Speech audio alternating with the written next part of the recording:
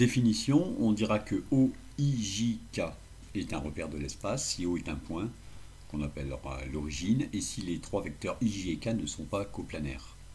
Alors pensez par exemple ici, I et J sont horizontaux et K est vertical, pour se repérer un peu. On rappelle qu'avec les notations du dessin ici, ça signifie que les points O, I, J et K ne sont pas coplanaires, ne sont pas dans un même plan. On suppose ensuite que l'espace est muni d'un tel repère. Et alors pour tout vecteur U, on peut obtenir des réels x, y, z uniques, tels que U s'écrivent sous la forme xi plus yj plus zk. Alors pour le démontrer, on va appeler M ici l'unique point qui vérifie OM égale U.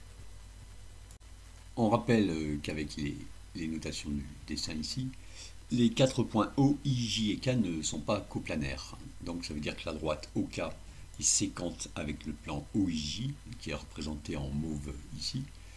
Et on va désigner par R le point d'intersection de ce plan OIJ et de la parallèle à OK passant par M. On a tracé ici ce point R.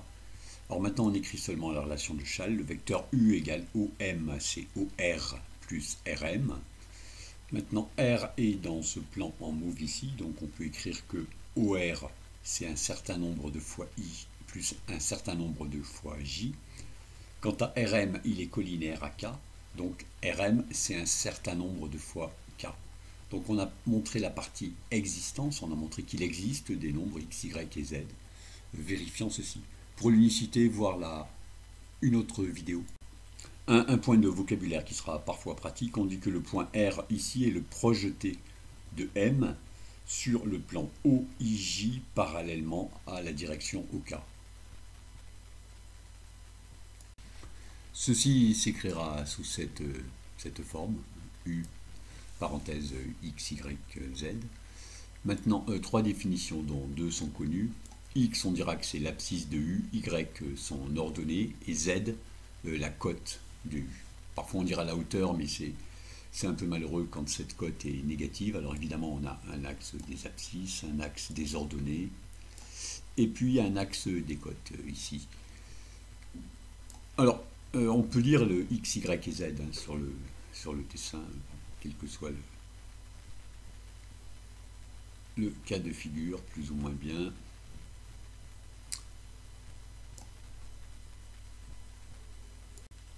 Définition maintenant des coordonnées d'un point dans le plan muni d'un repère. M, X, Y, Z, ça signifie simplement que le vecteur OM a pour coordonnées X, Y, Z. Et pour un point M aussi, on parle d'abscisse, d'ordonnées et de cote.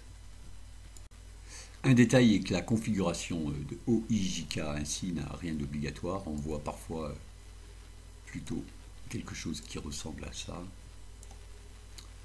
Voilà, on garde quand même pour O, I et J une configuration qui ressemble à celle du plan OIJ qu'on connaît bien. On termine avec trois formules vraiment importantes et à connaître. Celle-ci, coordonnées de la somme de vecteurs, c'est la somme des coordonnées. Celle-ci, si on multiplie un vecteur par un nombre, les coordonnées du vecteur initial sont multipliées par ce nombre. Ces deux-là seront démontrés dans la vidéo suivante avec l'unicité des coordonnées d'un vecteur. Bon, ce n'est pas très compliqué. La dernière, très importante aussi, celle-ci, avec des coordonnées évidentes, des notations évidentes. Ça, ce sont les coordonnées de A, ça, celles de B. La preuve de cette dernière est simple. AB avec Schall, c'est AO plus OB, c'est-à-dire OB moins OA. Et puis on utilise ce qui est ici en se souvenant que M, X, Y, Z signifie OM, X, Y, Z. Donc, vecteur OB, ça a les mêmes coordonnées que le point B. Bref, on démontre ça comme en classe de seconde. Dernière remarque, dans toute cette vidéo, on a utilisé un vecteur K vertical pour fixer les idées. Ça n'a rien d'obligatoire. On verra un exemple où on a intérêt à choisir un repère très différent de ceci. Inversement, vers la fin de la leçon, on parlera de produit scalaire et on aura une expression simple du produit scalaire dans un repère orthonormé.